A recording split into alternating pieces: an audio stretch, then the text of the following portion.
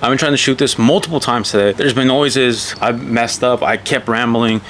But yeah, in this video we're gonna be talking about, should you guys get EF lenses or RF lenses for the Canon R6 Mark II, or just any RF mount camera, or past 2023. Honestly, I'm gonna tell you guys my opinions, and I guess my credentials of what I've done, what I use them for, and why I got this setup. I have a 24-105 EF lens, right, f4. I have a Mikey ND drop-in filter, and the Canon R6 Mark II. So why I buy this specific set? So for me, the reason that I got this is because I wanted something more professional, 4K, instead of the Canon M50 that I had. I could shoot in 4K, 30, and 60, which is basically all you need. If I do want to shoot something more slow-mo, I can go to 1080 at 180 frames per second. So I was like, okay, it's professional. It's like the newest one out right now. And I have a few lenses, so let's just do that. I did have better lenses. I had a 16-35 and a 24-70 2.8 lens. At the time I had a Canon M50, and which is using a Viltrox adapter, so the speed booster dropped it from a 2.8 to a 2, but I just wasn't using it enough, and I ended up just selling all that. I sold all that. I had a bunch of EFS lenses, so I got an R10. Then I was like, you know what, I'm just gonna get an R6 Mark II. So that's what I did. I really didn't have that many lenses. Of course, I had a nifty 50 50mm 1.8. I had a 75-300, which isn't really that good. These are like basic low lenses, and I was like, which camera lens should I get? I need to get L series lens. So the L series lenses, or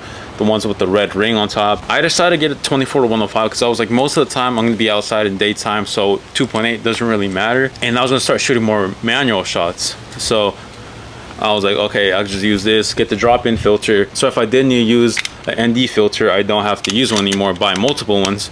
I could just use this one, and I could just get EF1. So I was like, okay, that's fine. I had the M50, went to the R10, then the R6 Mark II. That's crazy. I'm recording with the Sony ZV-E10 4K 30, and it just overheated on me. I've never had a camera overheat. I tried to make the Canon R6 Mark II overheat, and it didn't overheat. So that was a little bit weird. All right, hopefully I look fine. I switched to my Sony ZV-1 instead of the ZV-E10 because that one overheated. I put this camera out here, see if there's any difference. That overheating really makes me want to sell it. But yeah, let's get back to the video. So why do I say you should buy the EF lenses, but you shouldn't at the same time?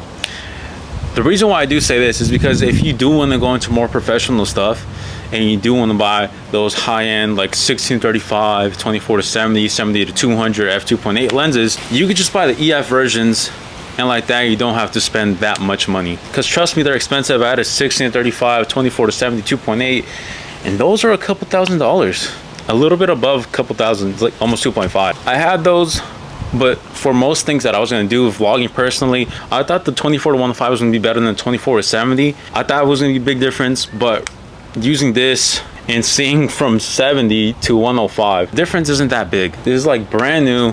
All this is brand new, so it's like I can't really do much about it. The 16-35 and 24-70 2.8 don't have built-in stabilization, which this lens does. So that's one good thing about this camera lens. At the time I had a Canon M50, and that didn't have built-in stabilization, so IBIS, and this camera does. So even if I didn't have this lens, it will still be pretty steady. So it all goes back to money. Do you have the money to buy those higher end lenses? If you do have the money, I'd say get that.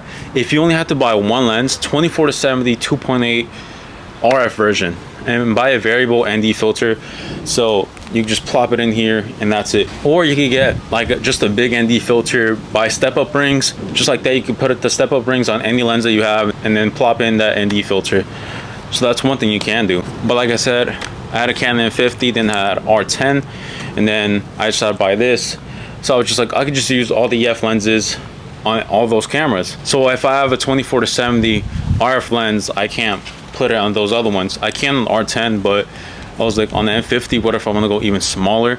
I can't do that. The EF lenses are way cheaper right now too. You can buy them used, and the RF lenses, you can buy them used, but it's only gonna be like a few $100s, like $200-300 off of what it actually costs. Where the EF lenses, you could probably get them like even up to $1,000 off, honestly. So if you do buy used, you're gonna get them way cheaper. Sometimes they're in good quality, sometimes they're in decent quality, because I've seen some for sale. I personally don't like buying used because something's wrong with it, you can't return it, you can't do anything, you're stuck with it. I've tried to put this on sale, 24-105, because I was like, I'm just get a 24-70. I've shot more professional things, and I realized I kind of do need the 2.8 lens, or I need prime lenses. But I like zoom lenses because just like that, I just switch depending on what I need. I shot for the Kings, I shot at the arena, I shot for the Sutter Hospital in San Francisco, like Keen says, just like small little events. And I do see that the f4, it doesn't really cut it for those low light moments, or like just when it gets darker.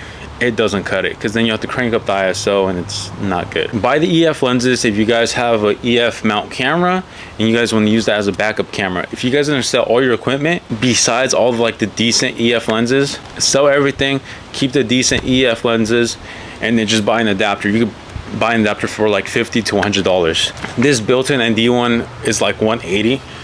So you guys could do that and buy a good camera, anything that can really shoot 4K. So don't buy the RP, don't buy the R, just get the R5 or R3, or I guess the R6 Mark II. That's what I recommend. Or you guys get the R10 or the R7. I recommend getting the R7 because it's basically like the Canon R6 Mark II. The only difference is that there's less dials and it does have a crop. If you guys are gonna shoot more professional stuff, just get the RF version. You're gonna stick with it. You already have a good camera. Besides that, I think that's it. EF lenses, if you guys don't have that much money, older equipment. RF if you're really gonna stick with it, or you just want a good setup. I think that's the only real difference. The RF lenses do have stabilization in all the built-in ones, so the 16-35, the 24-70. The only one that really doesn't is the 28-70 f2. The 16-35 and the 24-70 f2.8 lenses for the EF versions do have stabilization, and I meant the 15-35 because that's the new RF one. It's not 16 anymore. But yeah, that's the only difference. Like, subscribe. Hopefully I made sense. I have to rush this because there's people coming. Sorry, and I'll see you guys. Bye.